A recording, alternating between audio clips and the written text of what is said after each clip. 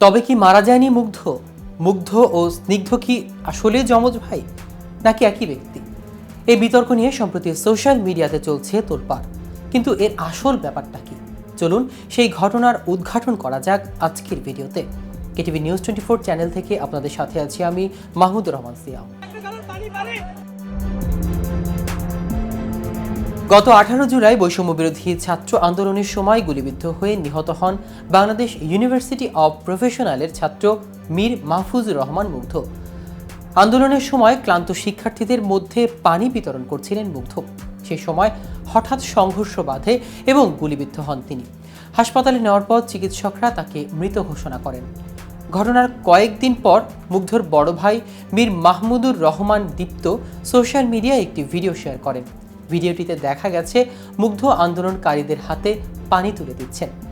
এই ভিডিওটি দ্রুত ভাইরাল হয়ে যায় এবং মুগ্ধর মৃত্যু নিয়ে নানামুখী প্রতিক্রিয়া দেখা যায়। আন্দোলনে শহীদ হওয়া ব্যক্তিদের স্মরণে প্রতিষ্ঠিত হয় জুলাই শহীদ স্মৃতি ফাউন্ডেশন। বর্তমানে এই ফাউন্ডেশনের প্রধান নির্বাহী হিসেবে দায়িত্ব পালন করছেন মুগ্ধর যমজ ভাই মীর মাহবুবুর রহমান স্নিগ্ধ। সম্প্রতি সামাজিক যোগাযোগ মাধ্যম ফেসবুকে মুগ্ধর মৃত্যু নিয়ে একটি বিতর্কিত দাবি ছড়িয়ে পড়ে।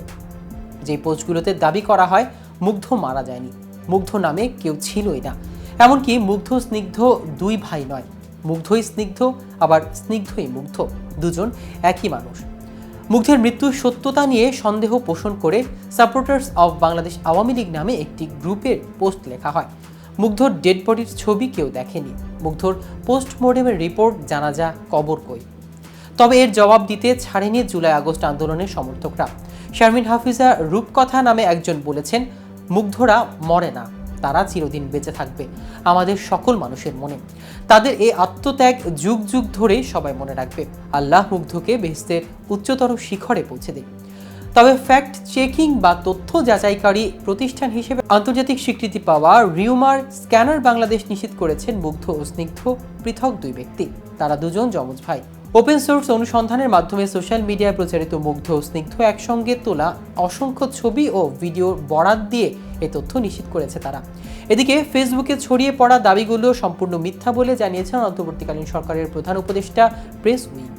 প্রধান উপদেষ্টার প্রেস উইং থেকে পরিচালিত ফ্যাক্ট চেকিং ফেসবুক পেজ থেকে গত বৃহস্পতিবার রাতে জানানো হয়, সোশ্যাল মিডিয়ায় মুগ্ধকে নিয়ে ছড়িয়ে পড়া এই দাবিটি ভুয়া এবং মিথ্যে। পেজটির এক পোস্টে বলা হয়, গত 18 জুলাই উত্তরার আজমপুরে বিক্ষোভকারীরা পিপাসার্ত হয়ে পড়লে তিনি তাদের জন্য পানি ও খাবার নিয়ে ছুটে যান।